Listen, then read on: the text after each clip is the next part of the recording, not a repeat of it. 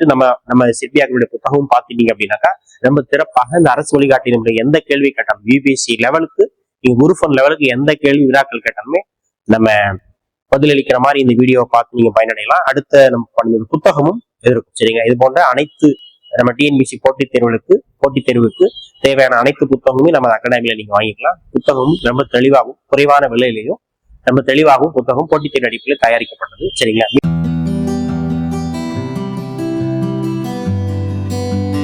அரசியலமைப்பு வகுப்புல அடுத்த வகுப்பாக நம்ம அரசு வழிகாட்டு நெறிமுறைகள் பார்க்கிறோம். அதாவது நம்ம அரசியலமைப்பு பகுதி 4 இருக்கக்கூடிய அரசுக்கு வழிகாட்டு நெறிமுறை கோட்பாடுகள். சரிங்களா, நம்ம இதுலயே பாத்தீங்க அப்படின்னா இதுலயே நம்ம கேள்வி இருக்கு, ஆன்சர் அதுக்கு தன் விளக்கமும் இதுல இருக்கு. அரசுக்கு வழிகாட்டும் நெறிமுறை கோட்பாடுகள். இந்திய அரசியலமைப்புல முக்கியமான ஒரு பகுதி 4. இந்த கடந்த குரூப் 4ல கூட குரூப் 4 அதுக்கு முந்தைய குரூப் 2 குரூப் எல்லா அந்த வினாத்தாள்களுமே இந்த பகுதியில இருந்து ஒரு கேள்விகள் கேட்டுக்கிட்டே இருக்கிறார். சரிங்க, அரசுக்கு வழிகாட்டும் நெறிமுறை கோட்பாடுகள் யாருக்கு வழி காட்டுது? அரசாங்கத்துக்கு. எந்தெந்த அரசாங்கங்கள்லாம் இருக்கு? மத்திய அரசு, மாநில அரசு, உள்ளாட்சி அரசாங்கங்கள் இருக்கு இல்லையா? இருக்கு. அந்த அரசாங்கத்திற்கு வழிகாட்டு. சரிங்களா, ஒரு அரசாங்கம் எப்படி நடந்து கொள்ள வேண்டும், ஒரு அரசாங்கம் தன்னுடைய செயல்பாட்டை எப்படி செய்ய வேண்டும் அப்படின்னு சொல்லக்கூடிய பகுதி தான் இந்த அரசு வழிகாட்டு நெறிமுறை கோட்பாடு. சரி, அப்போ ஏற்கனவே நம்ம சொல்லியிருக்கிறோம், அரசியலமைப்புல ஒவ்வொன்றுக்கும் ஒரு பகுதி இருக்கும், இந்த விதிக்கும் இந்த விதி இருக்கும். அதுக்கப்புறம் அப்படின்னு பாத்தீங்கன்னாக்கா அது எந்த நாட்டுல இருந்து பெறப்பட்டதுன்னு. சரிங்களா, முதல் விஷயமா அதுதான். அப்போ அரசு வழிகாட்டு நெறிமுறைகள் பகுதி அப்படின்னாக்கா பகுதி 4 எந்த சரத்து அப்படின்னா 36 to 51. இந்த விதியை நம்ம எங்க இருந்து வாங்கியிருக்கோம் அப்படின்னு பாத்தீங்கன்னா அயர்லாந்து. நெறிமுறை கோட்பாடு மற்றும் அடிப்படை உரிமைகள் அரசியலமைப்பின் மனசாட்சி என கூறியவர் யார் அப்படின்னா கிரான்வில் ஆஸ்டி. இந்த 3 வினாதான் இந்த கடந்த குரூப் 4ல கேட்டிருந்தோம். எப்படி கேட்டிருந்தா அப்படின்னா அரசு வழிகாட்டு நெறிமுறைகள் எந்த சரத்து அப்படின்னு கேட்டார். 36 to 51. அது எங்க இருந்து பெறப்பட்டது? ஸ்பானிஷ்ல இருந்து பெறப்பட்டதுன்னு சொல்லியிருந்தா தவறு, அயர்லாந்து இருந்து பெறப்பட்டது. அப்புறம் அது மனசாட்சி நெறிமுறை கோட்பாடுகள் அரசியலமைப்பு மனசாட்சி நெறிமுறை கோட்பாடுகளாக உள்ளது அப்படின்னு சொன்னவர் கிரான்வில் ஆஸ்டி. அந்த யாருன்னு கேட்கல, அதுன்னு கொடுத்து கூற்று 1 சரி 2 3 தவறு. இந்த 3 வினாக்கள் தான் 3 லைனுமே இந்த குரூப் 4ல வினாக்கள். சரிங்க, அப்போ பகுதி 4 எந்த சரத்து 36 to 51. இந்த கருத்தாக்க நம்ம எங்க இருந்து வாங்கியிருக்கோம் அப்படின்னு பாத்தீங்கன்னாக்கா அயர்லாந்து. நெறிமுறை கோட்பாடு மற்றும் அடிப்படை உரிமைகள் அரசியலமைப்பின் மனசாட்சி என கூறியவர் யார் அப்படின்னா கிரான்வில் ஆஸ்டி. ரெண்டையுமே சொல்லியிருப்பார். வழிகாட்டு டிபிஎஸ்பி மற்றும் ஃபண்டமெண்டல் ரைட்ஸ் ரெண்டுமே சொன்னவர் யார் அப்படின்னா கிரான்வில் ஆஸ்டி.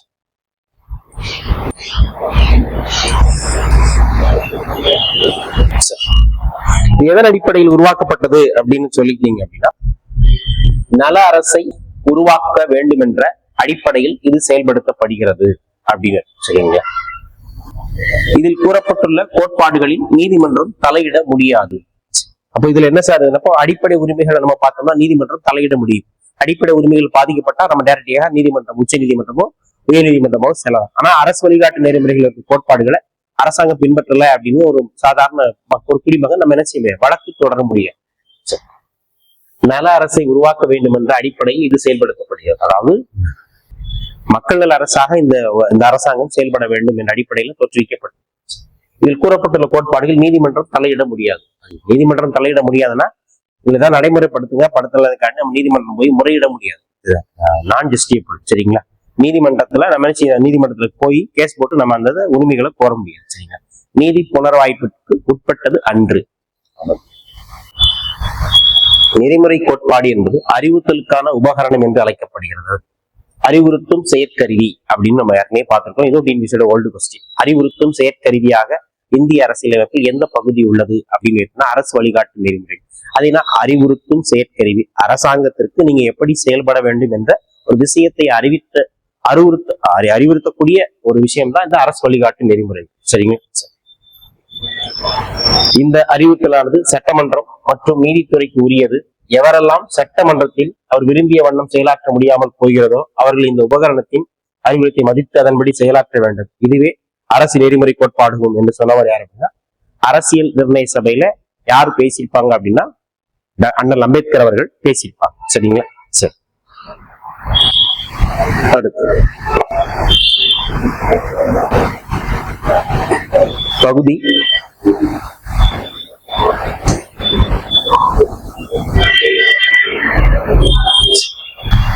இந்திய அரசியலமைப்பின் புதுமையான சிறப்பு அம்சம் என டாக்டர் அம்பேத்கர் இதனை விவரிக்கிறார். நம்ம பகுதி 4 இது புதுமையான சிறப்பு அம்சம் என்று சொன்னவர் யார் அப்படின்னு பாத்தீங்கன்னாக்கா அண்ணல் அம்பேத்கர். இந்த இந்த இந்த வழக்குல அப்ப நிறைய வழக்குகளும் சம்பந்தப்படும் அடிப்படை உரிமைகளும் அரசு வழிகாட்டு நெறிமுறைகளும் இப்படி ஒன்றோடு ஒன்றா சின்ன சின்ன வித்தியாசங்கள், பெரிய வித்தியாசங்கள். அது நீதிமன்றம் செல்ல முடியும், இங்க நீதிமன்றம் செல்ல முடியாது. சரிங்க. மினர்வா மில் வழக்குல வழக்குல இந்திய அரசு எதிரான வழக்குல இந்திய அரசு மினர்வா மில் வழக்கு 1980 மில். இதை எப்படி சார் ஞாபகம் வச்சுக்கலாம் அப்படின்னா, மில்லுக்கு வேலைக்கு போனா ஒரு 80 ரூபாய் சம்பளம் கொடுப்பாங்க அப்படின்னு ஞாபகம் வச்சுக்கணும். அடிப்படை உரிமைகள் மற்றும் அரசு வழிகாட்டு நெறிமுறை கோட்பாடுகள் சமநிலை ஏற்படுத்த இந்திய அரசியல் சட்டம் நிறுவப்பட்டுள்ளது. அதாவது அடிப்படை உரிமைகளும் அரசு வழிகாட்டு நெறிமுறைகளும் சமப்படுத்ததான் இந்திய அரசியலமைப்பு உருவாக்கப்பட்டுள்ளது என்ற கேஸ்ல எந்த கேஸ்ல வினவப்பட்டது அப்படின்னா மினர்வா மில் வழக்கு 1980. அப்புறம் ஒரு அறிஞர் சொல்லுறார், எம்.சி. சாக்லா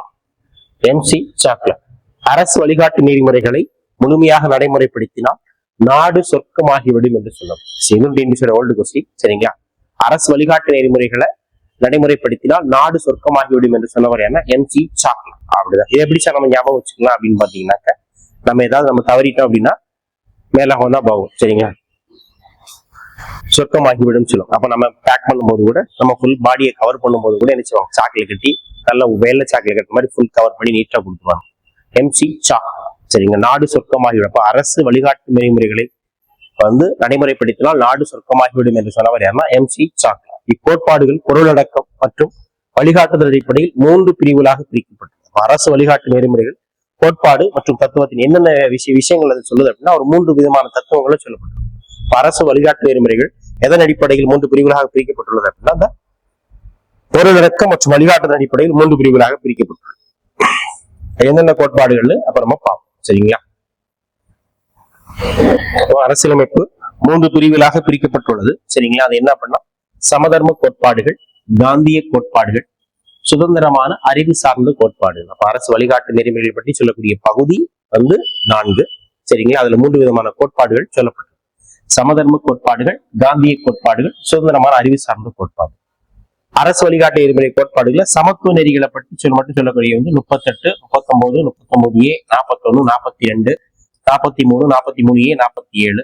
காந்திய நெறிகள் அப்படின்னா 40, 43, 43B, 46, 47, 48. தெற்கத்திய தாராளமான நெறிகள் அறிவு சார்ந்த கோட்பாடுகள் 44, 45, 48, 48A, 49, 50, 52 இருக்க விதிகள் எந்தெந்த விதிகள் எந்த தத்துவத்தின் அடிப்படையில வருது அப்படிங்கிறது சொல்லுவாங்க. சமதர்ம கோட்பாடுகள் எல்லோருக்கும் முழு உலகம் இருக்கும். காந்திய கோட்பாடுகள், காந்தி பொதுவாகவே கிராமத்தையும் உடல் உழைப்பையும் நேசிக்கக்கூடியவர்.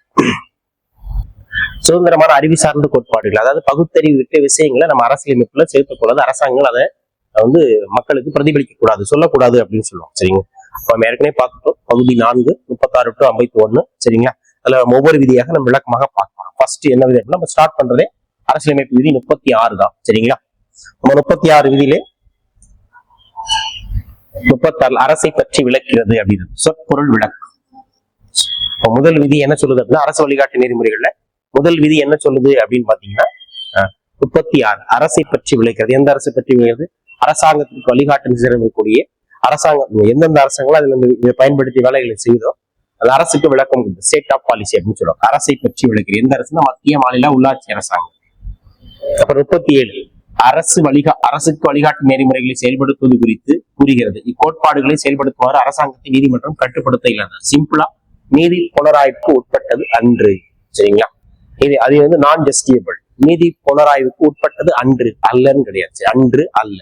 உட்பட்டது ஆகும் அப்படின்னா கிடையாது, அது தப்பு. உட்பட்டதாகும் அடிப்படை உரிமைகளை 36, 37 பார்த்தாச்சா.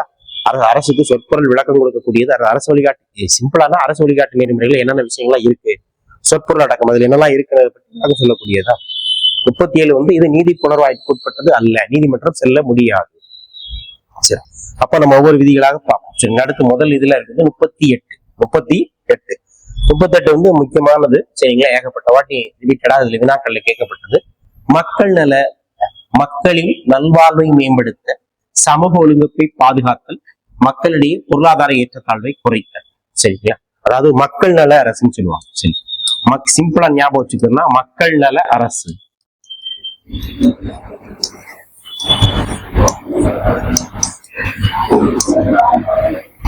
மக்கள் நல அரசு அப்படின்னு சொல்லுவோம். மக்கள் நல்வாழ்வுத்துறை அப்படிங்கிற மாதிரி மக்கள் நல அரசு. எதன் அடிப்படையில மேம்படுத்தணும் அப்படின்னா மக்களின் நல்வாழ்வை மேம்படுத்த, சமூக ஒழுங்கை பார்த்து மக்களிட பொருளாதார ஏற்றத்தாழ்வை குறைக்க.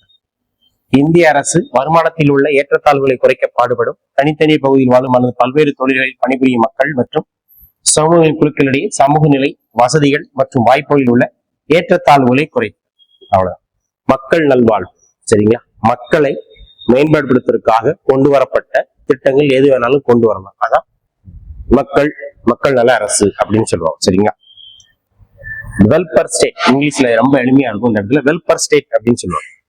அதாவது மக்களின் நலனுக்காக எந்தெந்த ஸ்கீம்லாம் நம்ம கொண்டு வருவோமோ அதுதான். சிம்பிளா 38 வெல்ஃபேர் ஸ்டேட் மக்கள் நல அரசு. 39 அடுத்த சரத்து வந்து 39. இந்த 39 என்ன அப்படின்னு பாத்தீங்கன்னா ஒரு 6 விதமான நெறிகளை கொண்டு வரும். சரிங்களா? 31 என்பது ஒரு 6 விதமான நெறிமுறை கோட்பாடுகளை தன்னகத்தை கொண்டு.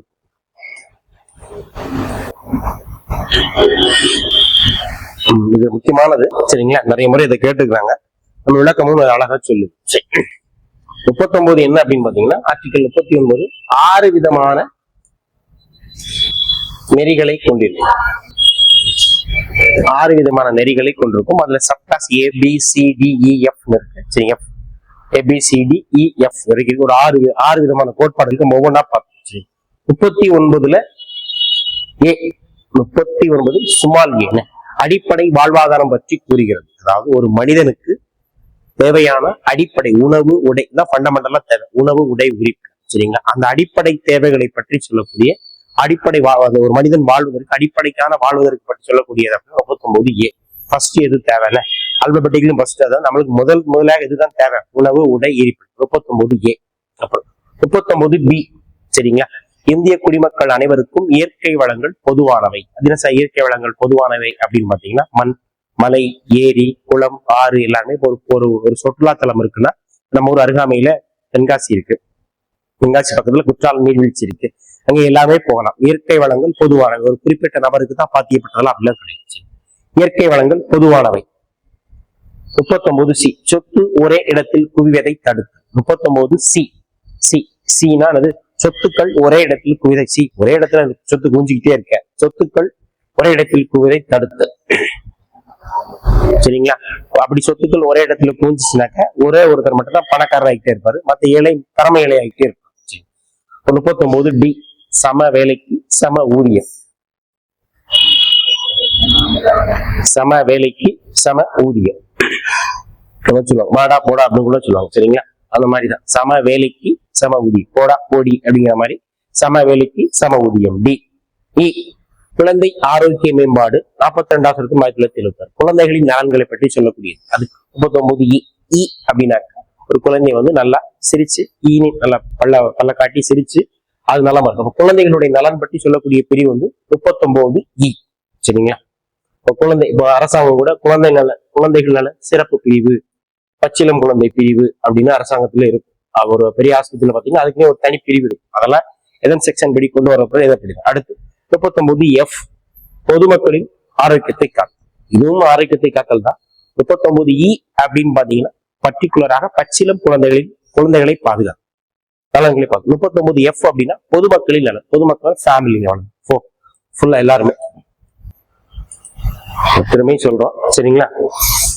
இப்போ 39E 6 விதமான கோட்பாடுகளை கொண்டுள்ளது. ஃபர்ஸ்ட் 39A அடிப்படை தேவைகள். 39B இயற்கை வளங்கள் பொதுவானவை. அதுல B பொதுவானது. C சொத்துக்கள் ஒரே இடத்தில் குவிதை கடுத்து. ஒரே இடத்துல கொடுத்து அது C வந்துருச்சு. சொத்துக்கு ஒரே இடத்துல போய் குவிச்சிட்டா சீச்சி அப்படின்னு சொல்லிடுவாங்கல்ல. 39D வாடா போடா பொடி. நான் அப்படிதான் போடா பொடி தான் சொல்லுவேன். சம வேலைக்கு சம ஊதியம். 39E வந்து குழந்தை ஆரோக்கிய மேம்பாடு. 39A பொதுமக்கள் ஆரோக்கியத்தை காக்கும். 39E வந்து குழந்தைகள் நலன். சரிங்களா? 39A பொதுமக்களுடைய நலன்.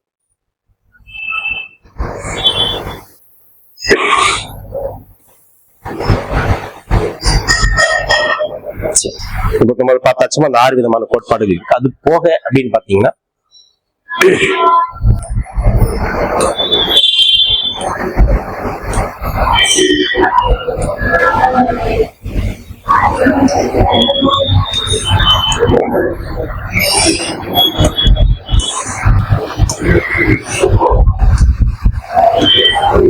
அப்புறம் 39A சரிங்களா. சார் அங்க ஒரு ஏரிச்சு, அது வந்து 6 விதமான இருக்கும். அது 39A சுமாலே வெறுமனே 39A கேப்சி. 39 இலவச சட்ட உதவி, ஏழைகளுக்கு சம நீதி மற்றும் இலவசமாக சட்ட உதவிகளை ஏற்பாடு செய்தல் சரிங்களா. இலவச சட்ட உதவி, நால்சார் சட்டம் அப்படின்னு சொல்லுவாங்க சரிங்களா. அரசாங்கமே ஏதாவது ஒரு வழக்குலயோ ஏதோ தொழில பாதிக்கப்பட்டவங்களுக்கு யாருமே அவங்க லாயர் வரலன்னா அரசாங்கமே அவங்களை சார்பாக இந்த வழக்குகளை கையாளுவதற்காக அரசாங்கம் ஒரு சில வழக்கறிஞர்களை நியமனம் செய்யும். இலவச சட்ட உதவி 39A சரிங்களா. ரொம்ப முக்கியமான கொஸ்டின், இலவச சட்ட உதவி அரசாங்கங்கள் அரசு தரப்பு வக்கீல் சார்பாக அதை நடத்தும் இலவச சட்ட உதவி. இதான் 39A சரிங்களா. இதெல்லாம் என்ன கோட்பாடுகள்ல வருது அப்படின்னு பாத்தீங்கன்னாக்கா,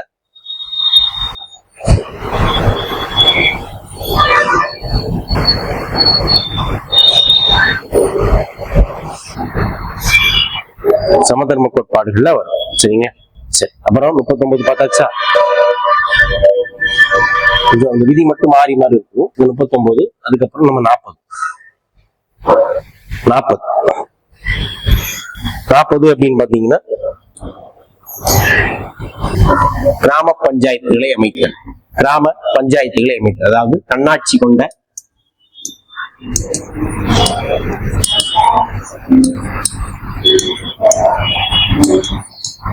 கிராம பஞ்சாயத்தை நிறுவுதல் மாநில அரசுகளினுடைய பொறுப்பாகும் அப்படின்னு சொல்லுவோம் சரிங்களா. கிராம பஞ்சாயத்தை அமைத்தல் மத்திய மாநில அரசுகள், மத்திய அரசு மாநில அரசு கிராம பஞ்சாயத்துகளை மாநில அரசுகள் நிறுவப்பட வேண்டும். கிராம பஞ்சாயத்து 40 ஆர்டிகல் 40. 4 பேர் கூடினாலே பஞ்சாயத்து தான். சிம்பிளா ஞாபகம் வச்சுக்கலாம், 4 பேர் கூடினாலே பஞ்சாயத்து தான். சரி,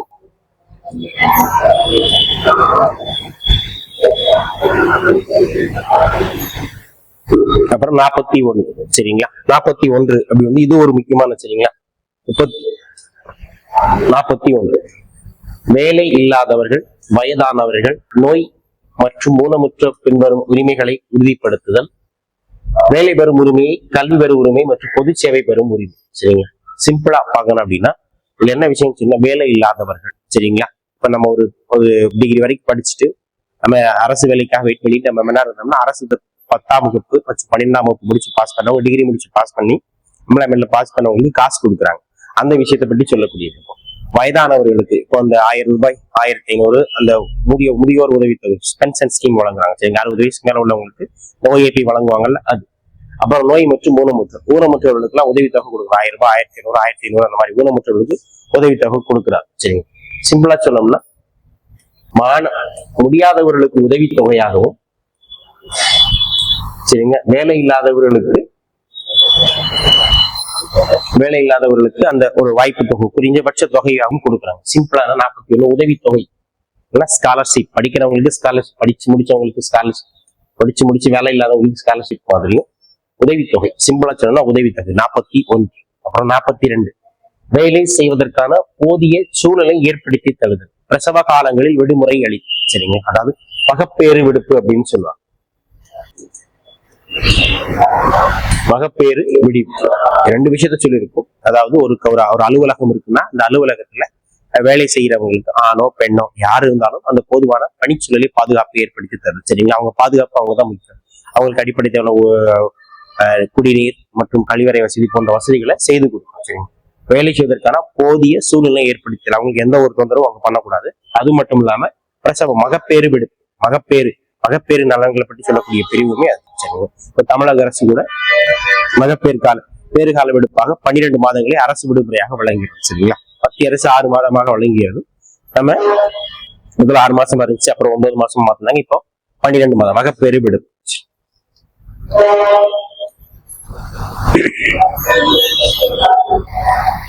அடுத்து 43 தொழிலாளர்களுக்கு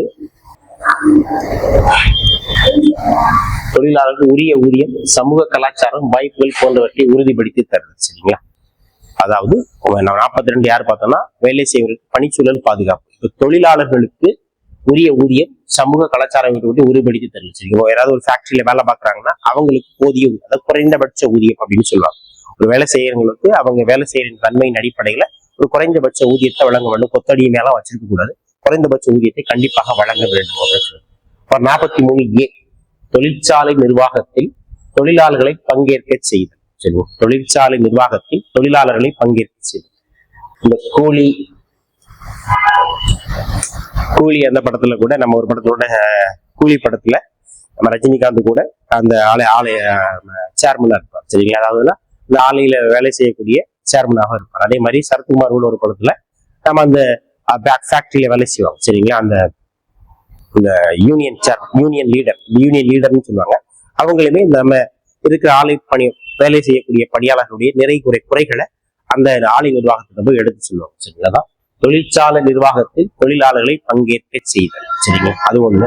அப்புறம் பாத்தீங்கன்னா இப்ப அரசாங்க பேருந்து கழகங்கள்லாம் இருக்கும், அரசு போக்குவரத்து கழகங்கள்லாம் இருக்கும். ஒவ்வொருலையும் ஒவ்வொரு சங்கம் வளைச்சு அவங்க தன்னுடைய குறைகளை அந்த நிர்வாகத்தில் எடுத்து போய் சொல்லுவாங்க. சரிங்களா, 42வது சட்டத்திற்கு 1922 சேர்க்கப்படும்.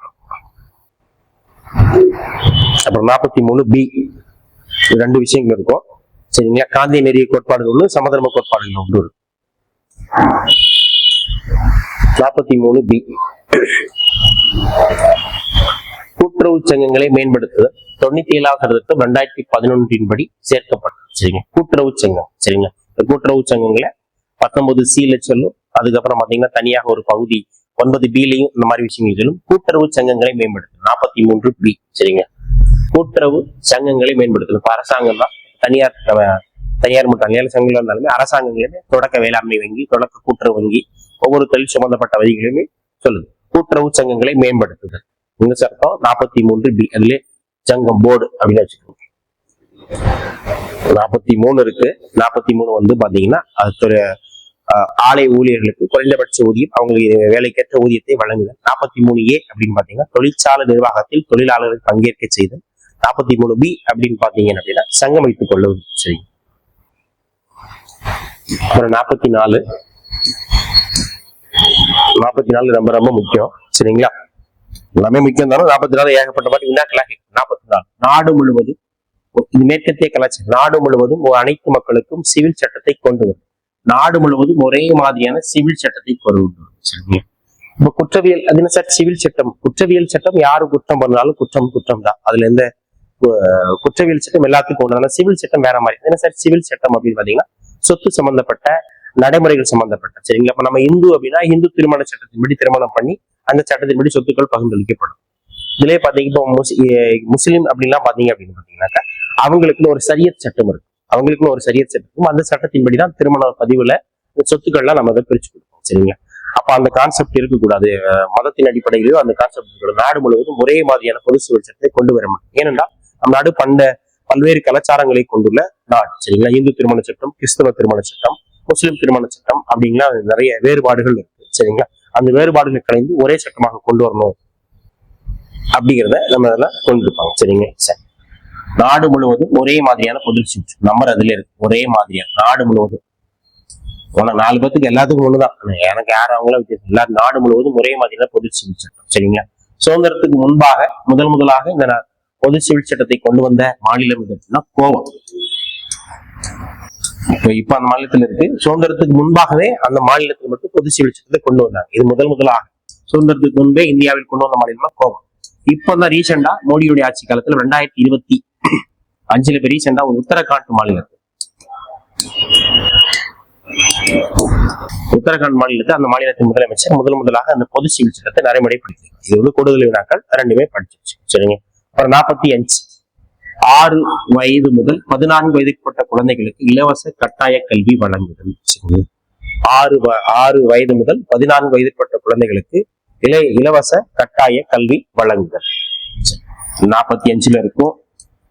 51A அந்த இடத்துல இருக்கும். 21A இந்த 3 இடத்துல இந்த அடிப்படை கல்வியில பற்றி சொல்லுவாங்க. சரிங்களா, முதல்ல 6 முதல் 14 வயதுப்பட்ட குழந்தைகளுக்கு இலவச கட்டாய கல்வி வழங்குதல் இருக்கும். 86வது சட்ட திருத்தம் 2002 படி சேர்க்கப்பட்டது. சரிங்களா, 86வது சட்டம் 2002 படி இதை சேர்க்கப்பட்டது. இந்த விஷயத்தை சேர்க்கப்பட்டது. முதல்ல எதாச்சும் 6 முதல் 11 குழந்தைகளுக்கு கட்டாய கல்வி வழங்குது. இப்ப அது அடிப்படை உரிமைகளையும் கடை கடமைகளையும் சேர்த்ததுனால 2 பேருக்குமே 6 வயதுக்கு 6 முதல் 14 வயதுப்பட்ட குழந்தைகளுக்கு அங்க கல்வி கொடுத்துட்டாங்க. 21 ஏழை வழியாகவும் 51 ஏழை வழியாகவும் கொடுக்கப்பட்டதுனால அந்த குழந்தைகள் புதிய பாதுகாப்பு இல்லாத குழந்தை தற்போது எந்த வயதுனாக இருக்குன்னா 0 to 6 வயது. சரிங்களா? அரசியலமைப்பின் தொடக்கத்துல 6 முதல் 14 இருந்துச்சு.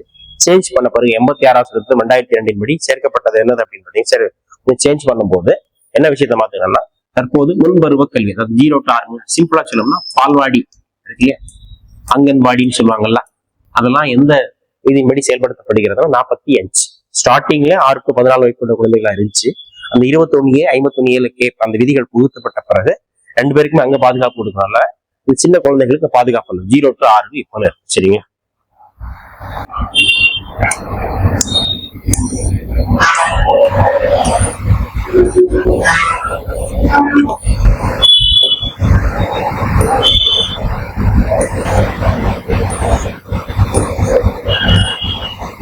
அடுத்து 46.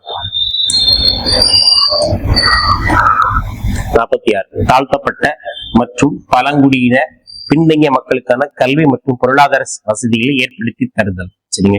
தாழ்த்தப்பட்ட மற்றும் பழங்குடியின மற்றும் பின்தங்கிய SC ST பிற்படுத்தப்பட்ட மக்களுக்கான பொருளாதார கல்வி மற்றும் பொருளாதார வசதிகளை ஏற்படுத்தி தருதல் மத்திய மாநில அரசுகளுக்கு உண்டான ஒரு பொறுப்பாகும் அப்படின்னு சொல்லுவோம். இப்ப நம்ம பாத்தீங்கன்னா இப்ப தமிழ்நாடு அரசு 69% இடஒதுக்கீட்டை பின்பற்றுகிறது. சரிங்களா? ஆனா மத்திய அரசு அப்படின்னு பாத்தீங்கன்னா 59.5 இடஒதுக்கீட்டு சதவீதத்தை பின்பற்றுகிறது. சரிங்களா? அந்த வேறுபாடுகள்லாம் இருக்கு. மத்திய அரசு எப்படி இடஒதுக்கீட்டை பின்பற்றுகிறது, மாநில அரசு எப்படி இடஒதுக்கீட்டை பின்பற்றுகிறது அப்படின்னு அவங்களே வகுச்சுக்கிட்டு அவங்களே அந்த இடஒதுக்கீடுகளை கொடுக்கலாம்ங்கிற அதிகாரத்தை ஆர்டிகல் 46 வழிவகை செய்கிறது. சரிங்களா? எல்லாத்துக்குமே அரசாங்கத்துக்கு வலியுறுத்தும். எப்பா நீ உங்க நாட்டு மக்களுக்கு நீ ஏதாவது நல்ல இடஒதுக்கீடு அந்த மாதிரி கொடுக்கணும்னா நீ ஆர்டிகல் 46 பயன்படுத்தி வழி செய்யலாம். அப்புறம் 47 உடல் நலத்திற்கு கேடான போதைப் பொருள் மருந்துகள் மற்றும் குடியை விளக்குதல். சரி, போதை ஒழிப்பு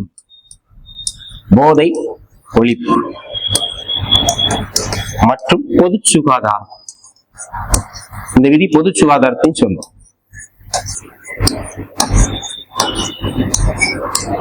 பொது சுகாதாரம் பற்றி சொல்லக்கூடிய பிரிவு 47 தான். போதை ஒழிப்பு 2 விஷயத்தை சொல்லும். பொது சுகாதாரம் மற்றும் போதை ஒழிப்பு பற்றி சொல்லக்கூடிய பிரிவு 47. தண்ணியை போட்டாலும் 7 தான். 47 46. அப்புறம் 48.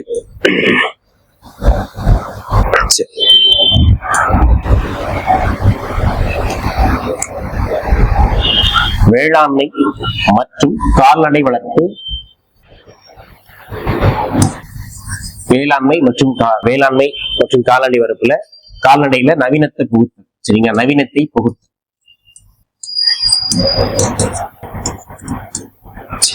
வேளாண்மை மற்றும் கால்நடையில் நவீனத்தை புகுத்தல். பசுவதை தடை சட்டம். பசுவதை தடை சட்டமும் எது அப்படின்னு பாத்தீங்கன்னாக்கா 48. பசுவதை தடை சட்டம் ஒரு சில மாநிலங்கள் நடைமுறைப்படுத்தி, நம்ம மாநிலத்திலும் கிடையாது. இப்போ குஜராத், மகாராஷ்டிரா அந்த மாநிலங்கள்லாம் பாத்தீங்கன்னா பசுவதை தடைச்சிட்டு மாநிலம் இருக்கு. அவங்க இந்த மாநிலத்துக்கு அவங்க தேவைன்னா அதை வச்சுக்கிறது. சரிங்களா? வேளாண்மை மற்றும் கால்நடை வளர்ப்புல நவீனத்தை புகுத்தல், பசுமை வசை தடைச்சிடும். சரிங்களா? அப்புறம் 48A கால்நடை வளர்ப்பு மற்றும் வேளாண்மை வளர்ச்சியை மேம்படுத்தும். 2 விஷயத்த சொல்லும். சரிங்களா? 48ல 2 வேளாண்மை மற்றும் கால்நடை வளர்ப்பை மேம்படுத்துதல் மற்றும் பசுவதை தடை செய்தல். 48A என்ன சொல்லுது அப்படின்னா சுற்றுச்சூழல், காடுகள் மற்றும் வன வளங்களை பாதுகாக்கும். சரிங்களா? 48A சுற்றுச்சூழல் மற்றும் காடுகள் வன வளங்களை பாதுகாக்கும். நல்ல கவனமா இருந்துக்கணும். 48 என்ன சொல்லுது அப்படின்னு பாத்தீங்கன்னா வேளாண்மை மற்றும் கால்நடை வளர்ப்புல நவீனத்தை புகுத்தல்.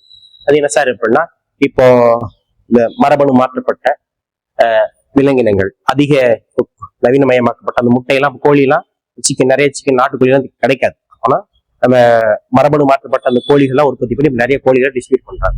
மரபணு மாற்றப்பட்ட கோழிகள் மூலம் அதிக முட்டையை ப்ரொடெக்ட் பண்றாங்க. சரிங்களா? இப்ப வேளாண்மையில நவீனத்தை புகுத்தல் அப்படின்னா நம்ம முதல்ல வேளாண்மையில நம்மளுக்கு போதிய உணவு இல்லை. சோ இப்ப என்ன செய்யறாங்க அப்படின்னு பாத்தீங்கன்னாக்கா நம்ம பசுமையை நம்ம மன்னிக்கும் பசுமை பரீட்சையை கொண்டு வந்து வேளாண் உற்பத்தியில அதிக விஷயத்த நம்ம கொண்டுக்கிறாங்க. சரிங்களா? அந்த விஷயத்த கொடுக்கும்போது அதிக உணவு உற்பத்தியில அதிகம் ஏற்படுது. சரிங்களா? சரி, 48 2 விஷயத்த பாத்துக்கணும். சரிங்களா? பாத்தீங்க அப்படின்னா நம்ம பாக்குறது 49 பிரதான சின்னங்களை பாதுகாத்தல். சரிங்களா?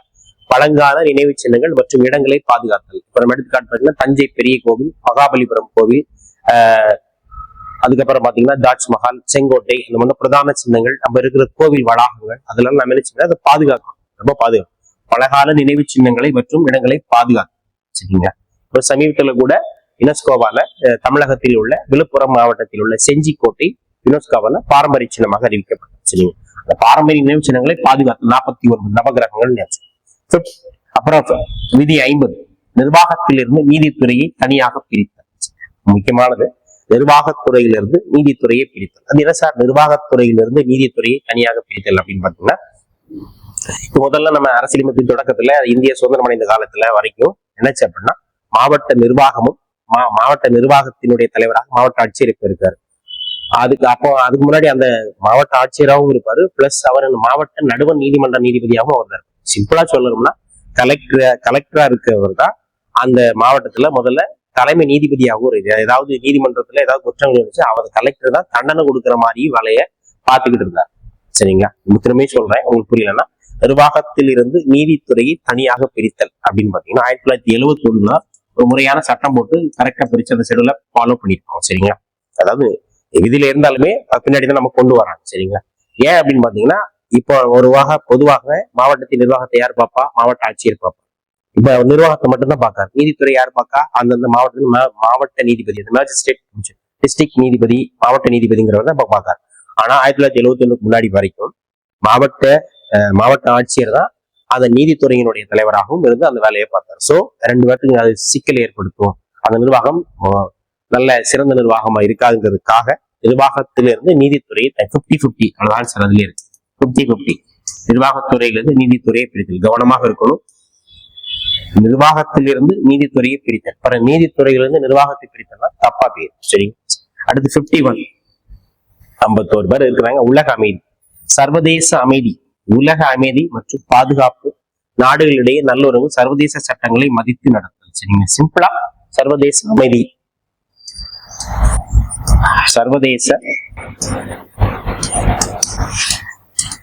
சர்வதேச அமைதி. சரிங்களா? சர்வதேச அமைதி அதை பார்த்துக்கோ. 51 நிறைய விஷயங்கள்ல நம்ம இந்த பகுதியில நம்ம திருத்தி கொடுத்துருக்கோம். 42ஆம் சட்டத்துல நிறைய அரசு வழிகாட்டு நெறிமுறைகளை நிறைய திருத்தி கொடுத்துருக்கோம். 42ஆம் சட்டத்துல 39, 39A, 43A, 48A திருத்திருக்கோம். 78ஆம் சட்ட திருத்தம் 1974 44ஆம் சட்ட திருத்தத்தின்படியும் 38 விதி புதிதாக புகுத்தப்பட்டது. சரிங்களா? சில திருத்தங்களை புகுத்திருக்காங்க. சரிங்களா? அப்ப இந்த குரூப்ல கேட்கப்பட்ட கேள்வி, 42ஆம் சட்ட திருத்தம் யார் அப்படின்னா இந்திரா காந்தி அம்மையாருடைய ஆட்சி காலத்துல, அப்போது அவங்க பிரதமராக இருந்தார். சரிங்களா?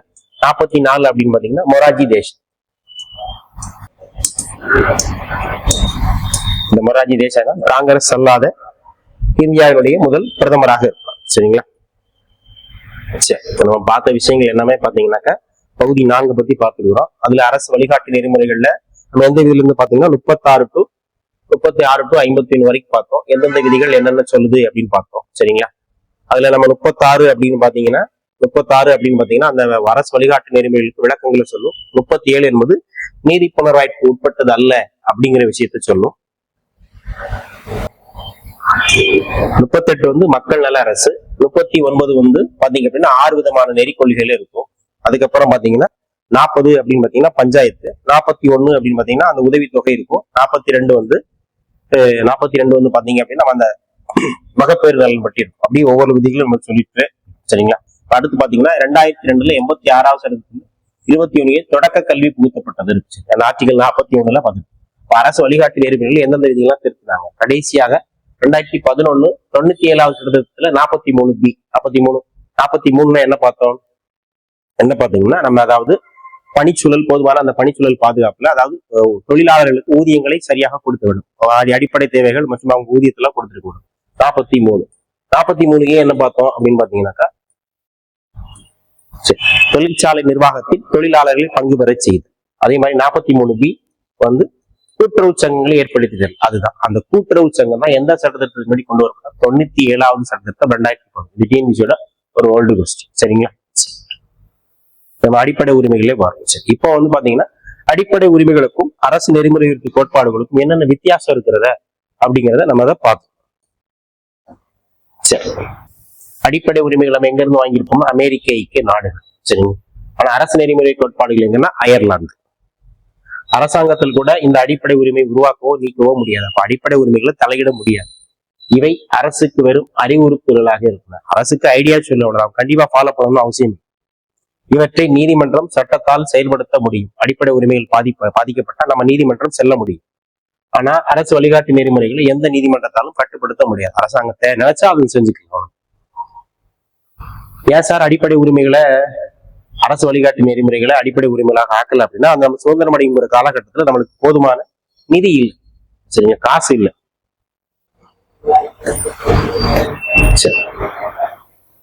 அடிப்படை உரிமைகள் வந்து சட்ட ஒப்புதல் பெற்றவை. இது தார்மீக மற்றும் அரசியல் ஒப்புதல் பெற்றவை. தேவைக்காக மட்டும்தான். சரிங்களா? இப்ப அது எடுத்துக்காட்டு பாத்தீங்க அப்படின்னா, நம்ம 42வது உறுப்புல என்ன சொல்லணும்னா மகப்பேறு சட்டம் சொல்லுவோம். இப்போ நம்ம தமிழக அரசு பாத்தீங்க அப்படின்னா முதல்ல 6 மாசம் கொடுச்சு பெண்களுக்கு, அப்புறம் 9 மாசம் ஆச்சு, 12 மாசம் ஆச்சு. ஆனா அரசு ஊழியர்கள் அப்படின்னா மத்திய அரசு பாத்தீங்கன்னா அவங்க 6 மாதம் தான் இருக்கு. தனியார் கம்பெனில பாத்தீங்கன்னா 3 மாசம் தான் அந்த மகப்பேறு விடுப்பு கொடுக்குறாங்க. சோ அது அவங்களுடைய நிர்வாகத்தினுடைய உட்பட்டது அப்படின்னு பாருங்க. சரிங்களா? அது போக அப்படின்னு பாத்தீங்கன்னா இந்த உரிமைகள் நாட்டின் அரசியல் ஜனநாயகத்தை வலுப்படுத்துகின்றன. இது அடிப்படை உரிமை. ஆனா இந்த கொள்கைகள் செயல்படுத்தப்படுவது சமுதாய மற்றும் பொருளாதார நிலையாக உறுதியாகிறது. சரிங்களா? சமுதாயமும் பொருளாதாரத்திலும் முன்னெடுத்து வைக்கும். இயற்கையான உரிமைகள், இயற்கையாவே இருக்கு அந்த உரிமைகள், அடிப்படை உரிமைகள். இந்த மனித உரிமைகளை பாதுகாக்க வழிகிறது. இது மனிதனுக்காக தேவைக்காக கொண்டு வரப்பட்டது அந்த விஷயம். சரிங்களா?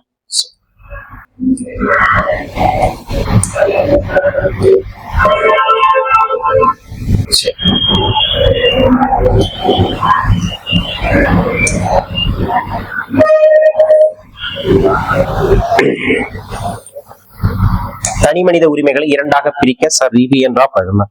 ஏற்கனவே அரசு வழிகாட்டு உரிமைகள் சொல்லிட்டு மனித உரிமைகளை பத்தி பேசு. தனி மனித உரிமைகளை இரண்டாக பிரிக்க சொன்னவர் யாருன்னா சர் பி.என். ராவ். அதுல இருக்கு சார் பி.என். ராவ். ரெண்டா பிரிக்க சொல்லிட்டாரு. அங்க ஏதாவது தடை விட்டா கழிச்சு பிரிக்க விட்டாரு. தனி மனித உரிமைகள் இரண்டாக பிரிக்க பரிந்துரைத்தா சார் பி.என். ராவ். தனி மனித உரிமைகள் என்ன பார்த்தீங்கன்னா அடிப்படை உரிமைகள் ஒன்றாக இருக்கும், அப்புறம் அரசு வழிகாட்டு நெறிமுறை நெறிகள் ஒன்று. இது நீதிமன்றத்தால் நிலைப்படுத்தக்கூடியது, இது நீதிமன்றத்தால் நிலைப்படுத்தக்கூடியது. இது என்ன சார் நீதிமன்றத்தால் நிலைப்படுத்தக்கூடியது, இங்க நீதிமன்றம் முடியாதது அப்படின்னு பாத்தீங்கன்னா அடிப்படை உரிமைகள் பாதிக்கப்பட்டோம் நாங்க நீதிமன்றம் செல்ல முடியும். ஆர்டிகல் 22 மன்னிக்கும், ஆர்டிகல் 32 வந்து உச்ச நீதிமன்றம், 226 மாநில அரசு மாநில உயர் நீதிமன்றத்தை நம்ம நாடலாம். சரிங்க, இதுதான் இந்த விஷயம். அப்போ ஒவ்வொருத்தரும் அரசு வழிகாட்டு நெறிகளை விமர்சனம் பண்ணியிருப்பாங்க. இந்த கருத்துக்கள் இந்த மாதிரி வினாக்கள் நம்ம கேட்கிறாங்க. அதுக்கு டாக்டர் B.R. அம்பேத்கர் மக்களின் ஏகபாதித்த ஆதரவை பெற்ற அரசாங்கம் வழிகாட்டு நெறிமுறைகளை புறக்கணிக்கலாம். அதாவது நீங்க தேவைன்னா ஃபாலோ பண்ணலாம், ஃபாலோ பண்ணாம இருக்கலாம். ஆனா அதற்கான பதிலை தேர்தலுக்கு முன் தெளிவுபடுத்தி இருக்க வேண்டும். சரிங்களா? நீங்க மக்களுக்கு நல்ல விஷயங்களை செஞ்சீங்கன்னா தேர்தலில் நீங்க மீண்டும் தேர்வு செய்யப்படலாம். இல்லைன்னா அது நம்ம தோல்வியை தான் நமக்கு கிடைக்கும் அப்படிங்கிறத மறைமுகமா அதை சாடி. அது மாதிரி அல்லாடி கிருஷ்ணசுவாமி ஐயர் பகுதி 4 உள்ள அம்சங்களை புறக்கணித்தமைக்காக எந்த அமைச்சரவையும் மக்களுக்கு பொறுப்பேற்க வேண்டியதில்லை. சிம்பிளா சொல்லணும்னா பஞ்சாயத்து ராஜ் கொடுக்கணும். சரிங்களா? மகப்பேறு நிலத்தை எடுத்து கொடுக்கலாம். கொடுத்தாங்கன்னா அடுத்த ஆட்டு பெண்கள் ஓட்டு போடுவாங்க. சரிங்களா? இப்ப நிதி உதவி பண்ணாங்கன்னா அடுத்த வாட்டி அவங்க ஓட்டு போடுவாங்க.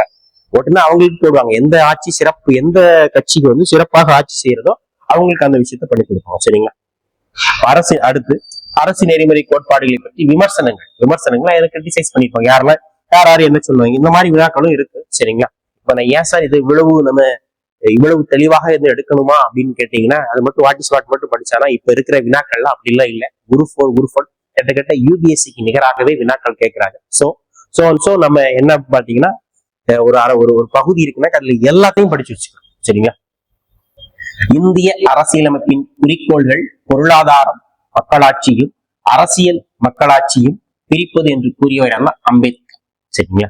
இந்திய அரசியலமைப்பு எப்படின்னா குறிக்கோள் பொருளாதாரம் மக்களாட்சியும் அரசியல் மக்களாட்சி பிரிப்பதாகவும் சொல்லும். பொருளாதாரத்திலும் முன்னேற்றணும், அரசியலிலும் முன்னேற்றம் பிரிக்கதாக இருப்பது அப்படிதான் பாத்தீங்கன்னாக்கா அந்த அரசாட்சி. சமூக புரட்சியின் குறிக்கோள்களை அடுத்த கட்டத்திற்கு எடுத்து செல்வது என்று நெறிமுறை கோட்பாடுகள் சொன்னவர் யாருன்னா கிரான்வில் ஆஸ்டி. சரிங்களா? சமூக புரட்சிகளை அடுத்த கட்டத்திற்கு எடுத்துச் செல்வதே அரசு நெறிமுறை கோட்பாடுகள் என்று சொன்னவர் யார் அப்படின்னா கிரான்வில் ஆஸ்டி. எடுத்து சமூக புரட்சி எடுத்து அங்கிட்டு போகணும். ஆஸ்டி. வாழ்க்கை தரும் வாய்ப்புகள் அரசு வழி, இது எல்லாமே அரசு வழிகாட்டு நெறிமுறை DPSP தான். அரசு வழிகாட்டு நெறிமுறைகளில் வாழ்க்கை தரும் வாய்ப்புகள் சமூக நீதி தத்துவம் என்று கூறியவர். வாழ்க்கை தரும் வாய்ப்புகள் மற்றும் சமூக நீதி தத்துவம் என்று சொன்னவர் யாருன்னா எல்.எம். சிங்வி. சரிங்களா, ஒரு சிங்கி நம்ம நம்ம நல்ல இந்த ஜால்ரா அப்படின்னு சொல்லுவோம், சிங்கி அடிக்கிறாங்கன்னு சொல்லுவோம் இல்லையா. வாழ்க்கை தரும் வாய்ப்புகள் சமூக நீதி தத்துவம் என்று கூறியவர். சரிங்களா, எப்படியாவது சிங்கி அடிக்கிறதுக்கு நம்மளுக்கு ஏதாவது ஒரு வாய்ப்பு கிடைச்சு சும்மா ஜாலியா எழுது கூட வாய்ப்புகள், வாக்கி வடை வாய்ப்புகள், சிங்கி அடிச்ச வாய்ப்பு கிடைச்சு நாங்களும் சிங்கி அடிச்சுக்கிறோம் அப்படிங்கிற மாதிரி. வாழ்க்கை தரும் வாய்ப்புகள் சமூக நீதி தத்துவம் என்று சொன்னவர் யார் அப்படின்னா எல்.எம். சிங். அனைத்து நெறிமுறைகளும் முழுமையாக நடைமுறைக்கு வந்தால் நாடு சொர்க்கமாக விடும் என்று சொன்னவர எம்.சி. சாக்லா. சரிங்களா, அப்படியே நம்ம பார்த்தோம் எம்.சி. சாக்லா. நம்ம தவறின பிறகு நாடு சொர்க்கத்துக்கு போகும்போது சாக்ல கட்டின மாதிரிதான் பேசி மட்டும் காமிச்சு மத்தெல்லாம் கேட்டிருவாங்க எம்.சி. சாக்லா. அப்போ அரசு வழிகாட்டு நெறிமுறைகளை நடைமுறைப்படுத்தினால் நாடு சொர்க்கமாகி விடும் என்று சொல்லுவார எம்.சி. சாக்லா. எல்லா விளக்கிலுமே நிறைய முறை கேட்கப்பட்டது. அப்புறம் அரசாங்கத்தின் அதிகாரத்தின் தார்மீக கருத்து என்று கூறியது. அதாவது அரசு வழிகாட்டு நெறிமுறைகளை அரசு வழிகாட்டு நெறிமுறை செயல்படுத்தினா இது அரசாங்கத்தினுடைய கருத்துவாக இது இருக்கும். அது அரசாங்கம் எப்படி செயல்படுது, இந்த அரசாங்கத்தினுடைய கருத்துவாக இது இருக்கும் அப்படின்னு சொன்னவர பி.என். ராவ். தார்மீக கருத்து, தார யார் மேலேயும் ராவிடக்கூடாது, கருப்பா இருக்குல்ல கீவர்டு, இது வந்து மறக்காம இருக்கிறதுக்காக தார்மீக பி.என். ராவ். தார யார் மேலேயும் ராவிடக்கூடாது. சரிங்களா, அது நாடு சொர்க்கமாகிவிடும்னா ஷாக், சொர்க்கத்துக்கு போகும்போது ஷாக்கு. வழி நடத்தும் கோட்பாடுகள் சட்டப்பூர்வ, அதாவது டிபிசி அரசு சட்டப்பூர்வ உரிமைகளை வழங்கவில்லை, ஏன்னா நம்ம நீதிமன்றம் செல்ல முடியாது. சட்ட ரீதியான தீர்வுகளை உருவாக்கவில்லை என்று கூறியவர் எம்.சி. ஷடல்வாட். ஒண்ணு சொல்லியிருக்காரு ஷடல். சட்டன்னு கோவற மாதிரி ஷடல் செருப்பு அடிச்ச மாதிரி சொல்லிட்டாரா அப்படின்னு சொல்லுவாங்கல்ல ஷடல்வாட். எப்பா அரசு வழிகாட்டு ரொம்ப நல்லதெல்லாம் ஒண்ணு இல்லப்பா, ஏன்னா அதுல பாதிக்கப்பட்ட நீதிமன்றம் போக முடியாது, அது ஒண்ணும் சரியில்லை அப்படிங்கிற வார்த்தையை எளிமையாக சொன்னவர் யாருன்னா எம்.சி. ஷடல்வாட். சரிங்களா, இப்ப நம்ம இந்த விஷயத்தை எப்படி ஞாபகம் வச்சுக்கலாம்னு பாத்துக்கிறோம். பொருளாதார மக்களாட்சி சொன்னவர்னா அம்பேத்கர். சரிங்களா, சமூக புரட்சி அப்படின்னா கிரான்வில் ஆஸ்ட். அடுத்த கட்டத்திற்கு என்ன, கிரைண்டர்ல போட்டு மாவு ஆட்டினாதான் நம்ம அடுத்த கட்டத்துக்கு செல்ல முடியும். கிரான்வில் ஆஸ்ட். வாழ்க்கை தரும் வாய்ப்புகள், சிங்கி அடிக்கிறது ஏதாவது வாய்ப்பு கிடைச்சு நம்மளும் சிங்கி அடிச்சுக்கிறோம். வாழ்க்கை தரும் வாய்ப்புகள் சமூக நீதி தத்துவம் என்று கூறியவர்னா எல்.எம். சிங்கி. அனைத்து நெறிகளும் நடைமுறைக்கு, அரசு வழிகாட்டு நெறிமுறை அனைத்து நடைமுறைக்கு வந்தால் நாடு சொர்க்கமாகிவிடும் என்று சொன்னவர் யார் அப்படின்னா எம்.சி. சாக்லா. தார்மீக கருத்து, அரசு வழிகாட்டு அரசாங்கத்தினுடைய தார்மீக கருத்துக்களாக இது சொன்னவர் யாருன்னா சர் பி.என். ராவ். வழிநடத்தும் கோட்பாடுகள் உரிமைகளை மற்றும் வழங்கவில்லை, சட்டத்துக்கு ரீதியான தீர்வுகளை உருவாக்கலை என்று குறை கூறியவர் யாருன்னா எம்.சி. ஷடல்வாட்.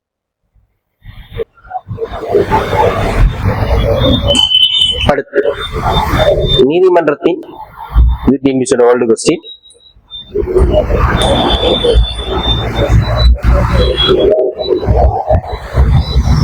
நீதிமன்றத்தின் கலங்கரை விளக்கம் அறிவுறுத்தும் கருவியாக உள்ளது. சரி, அறிவித்தும் இருக்கு, அது அறிவுறுத்தும்.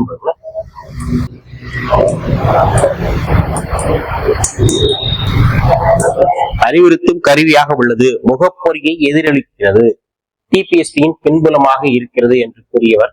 டிபிஎஸ்பி பின்புலமாக இருக்கிறது என்று சொன்னவர் யாருன்னா எம்.சி. ஷடல்வாட். அதே வரதான் சொல்லியிருப்பாங்க.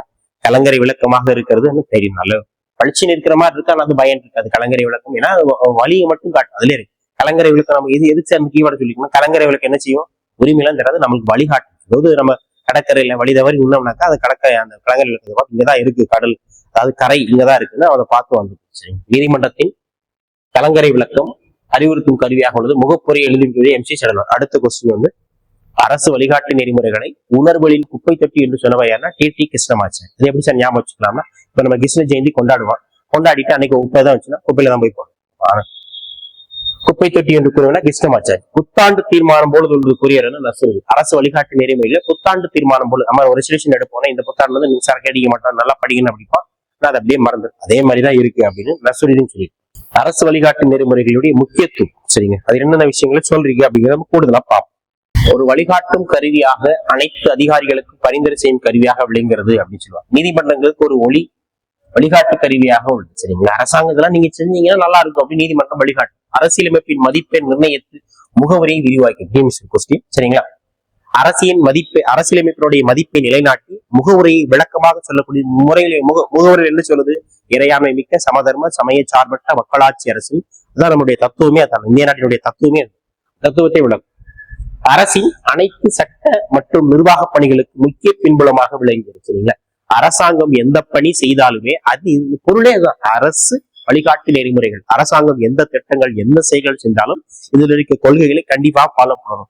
இந்த கொள்கையை மாறி அவங்க ஏதாவது செஞ்சாங்க அப்படின்னு பாத்தீங்கன்னா அது சட்டத்துக்குடைய விதிகளுக்கு உட்படும், பிளஸ் மக்களுடைய எதிர்ப்பை நம்ம சம்பாதிக்க நேரிடும். சரிங்க. அடிப்படை உரிமைகளுக்கு துணையாக இருக்கிறது. அப்போ இந்திய அரசியலமைப்பில் அடிப்படை உரிமைகளுக்கு, இதுவும் ஓல்டு கொஸ்டின், அடிப்படை உரிமைகளுக்கு துணையாக இருக்கக்கூடிய பகுதி அப்படின்னு பாத்தீங்கன்னா 3 பக்கத்துல இருக்கும். சரி, அதை ஞாபகம் வச்சுக்கோங்க. சரி, 3 பக்கத்துல அடிப்படை உரிமைகளுக்கு துணையாக நிற்பது என்று பாத்தீங்கன்னாக்கா அரசு வழிகாட்டு நெறிமுறை.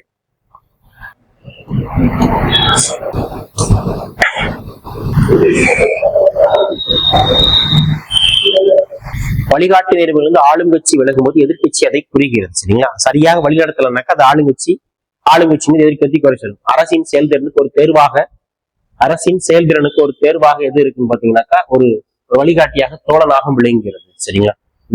இதுவும் நம்ம கேட்கலாம். சரிங்களா. அரசின் செயல்திறனுக்கு ஒரு தேர்வாக விளங்குகிறது, ஒரு வழிகாட்டியாகவும் ஒரு தோழனாக விளங்கக்கூடிய பகுதி எது அப்படின்னா அரசு வழிகாட்டு. எல்லாமே அரசுக்கு வழிகாட்டுறது. ஒரு அரசாங்கம் இப்படி செய்யணும், இப்படி செயல்படக்கூடாது அப்படிங்கிறத சொல்லுது. சரிங்க. சரி, இது அடிப்படை உரிமைகள். இந்த அடிப்படை இதுலயும் ஒரு முரண்பாடுகள் வரும். அரசு வழிகாட்டு நெறிமுறை பெருசா, அடிப்படை உரிமைகள் பெருசா, இதுல இந்த விஷயங்களை சொல்லுதா, இது சார்ந்த வழக்குகள் நிறைய வழக்கு. இது நிறைய வாட்டி நம்ம தேர்வின் அடிப்படையில கேட்டிருக்கிறாங்க. நம்ம ஒவ்வொரு வழக்குகளாக பார்ப்போம். செண்பகம் துரைராஜன் வழக்கு. சரிங்களா. செண்பகம் துரைராஜன் விசஸ் மதராஸ் மாநிலம் வழக்கு 1951. இந்த செண்பகம் துரைராஜ் யாரு அப்படின்னு பாத்தீங்கன்னாக்கா ஒரு பேர் பெண்ணு நினைச்சுக்கோ. செண்பகம் பெண்ணு, துரைராஜன் அவங்க அப்பா பேரு. சரிங்களா. இந்த ஒரு மருத்துவ பெண் மாணவி. சரிங்களா. மருத்துவ படிப்புக்காக விண்ணப்பிக்கிறாங்க. அவங்களுக்கு அந்த மருத்துவ கல்லூரியில, சென்னை மருத்துவக் கல்லூரியில இடம் கிடைக்கல. சரிங்களா. கொஞ்சம் இடம் கிடைக்கல. உடனே அவங்க அப்போதைய சென்னை உயர்நீதிமன்றத்துல, மெட்ராஸ் உயர்நீதிமன்றத்துல வழக்கு தொடுக்கிறாங்க. வழக்கு தொடுக்கும் போது மெட்ராஸ் உயர்நீதிமன்றம் என்ன சொல்லுது அப்படின்னா, சென்னை மாகாணத்தில் பின்பற்றிக்க இடஒதுக்கீட்டு முறை, இப்பதான் தமிழ்நாட்டுக்கு முந்தைய பேர் சென்னை மாகாணம். 1969 முன்னாடி வரைக்கும் அது சென்னை மாகாணம் அழைக்கப்படுது. அந்த சென்னை மாகாணத்துல பின்பற்றிய இடஒதுக்கீட்டு முறையை ரத்து செய்த வழக்கம் என்ன வழக்கு தான்? இந்த செண்பகம் துரைராஜன் வழக்கு. சரிங்களா. அரசு வழிகாட்டு நெறிமுறைகளை அடிப்படை உரிமைகளுக்கு துணையாக விளங்குகிறது. அடிப்படை உரிமைகள் பாராளுமன்றத்தால் சட்ட திருத்தம் செய்யப்படலாம். 1வது சட்ட திருத்தம், 4வது சட்ட திருத்தம், 17வது திருத்தம் ஆகியவற்றிலும் வழிகாட்டு நெறிமுறைகளை அரசு வழிகாட்டு நெறிமுறைகளை திருத்தி செண்பகம் துரைராஜன் வழக்கு மதராஸ் மாநிலம். இந்த ஆண்டு அப்படின்னா ஓல்டு கொஸ்டின். செண்பகம் துரைராஜன் வழக்கு 1951. சரிங்களா. இந்த செண்பகம் துரைராஜன் வழக்கு என்ன வழக்கு? முக்கியமான ஒரு கேஸ் இருக்கு. சென்னை மாகாணத்தில் பின்பற்றிய இடஒதுக்கீட்டு முறையை, அதாவது இடஒதுக்கீட்டு முறை ரத்து செய்த வழக்கு செண்பகம் துரைராஜன் வழக்கு. அப்போ மீண்டும் எப்படி சார் அந்த எதிர்வீட்டுகள் கொண்டு வந்தாங்க அப்படின்னா, 1வது சட்டத்திற்கு 1951 கொண்டு வந்து சென்னை மாகாணத்தில் மீண்டும் இடஒதுக்கீட்டு முறையை கொண்டு வந்தாங்க. சரிங்களா. அது அடுத்த இடஒதுக்கீட்டு படிக்கும்போது விவரமாக பார்க்கணும். சரி, அடுத்து கோலக்நாத் மற்றும் பஞ்சாப் மாநிலம் 1900. கோலக்நாத் வெர்சஸ் பஞ்சாப் மாநில வழக்கு 1960. இது ஒரு சொத்து தொடர்பான வழக்கு. சரிங்க. இந்த கோலக்நாத் யாருன்னா பஞ்சாப் மாநிலத்தில் இருக்கக்கூடிய ஒரு ஜமீன்தார் மாதிரி. ஒரு ஜமீன்தார் நில இடங்கள்ல நிறைய அதிகம் வச்சிருப்பார். சரிங்களா. இடம் வச்சிருந்தா நம்மளுக்கு என்ன சார் கேட்கணும், ஏற்கனவே அந்த விதி நல்லா கரெக்டா நீங்க பார்க்கணும். 39C சொத்துக்கள் ஒரே இடத்தில் குவிவதை தடுத்தல் இருக்கா. அப்ப இவர் இந்த கோலக்நாத் பஞ்சாப் மாநிலத்துல ஒரு மிகப்பெரிய ஜமீன்தார், ஏகப்பட்ட இடத்த வச்சிருப்பாரு. சரிங்களா. அப்ப சொத்துக்கள் இவற்றை ஒரே இடத்துல கூட நாடு அவர் மட்டும் தான் நல்லா இருக்கும், நாட்டு மக்கள் நல்லா இருக்க மாட்டாங்க. அப்போ இவருக்கு ஒரு அளவான சொத்தை நீங்க வச்சுக்கிட்டு மற்றது அரசாங்கம் கையப்படுத்திக்கணும். சரிங்களா. அடிப்படை உரிமைகள் இந்த வழக்குல நம்ம விவரமா பார்க்க போறோம். சரிங்க. கோலக்நாத் வழக்கு. சரிங்க. எந்த ஆண்டு பார்த்தீங்கன்னா 1967. அரசுக்கு வழிகாட்டு நெறிமுறைகளை நடைமுறைப்படுத்த அடிப்படை உரிமைகள் சட்ட திருத்தம் செய்ய இயலாது. அடிப்படை உரிமைகள் திருத்த முடியாதுன்னு சொல்லி திரும்ப திருத்திக்கலாம். அடிப்படை உரிமைகள் புனித தன்மைகள் உடையது. Old question. அடிப்படை உரிமைகள் புனித தன்மை உடையது என்று கூறிய வழக்கு எந்த வழக்கு அப்படின்னு பாத்தீங்கன்னாக்கா கோலக்நாத் வழக்கு. சம அந்தஸ்து கொண்டது எந்த வழக்கு அப்படின்னு பாத்தீங்கன்னாக்கா மினர்வா மில் வழக்கு. 24வது சட்டத்திற்கும் 1971 அடிப்படை உரிமைகளை சேர்க்கவோ அகற்றவோ பாராளுமன்றத்துக்கு அதிகாரம் உண்டு. சரிங்களா.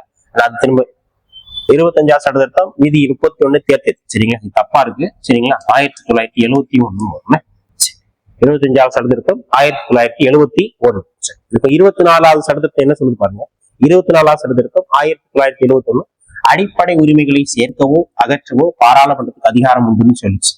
சரிங்களா.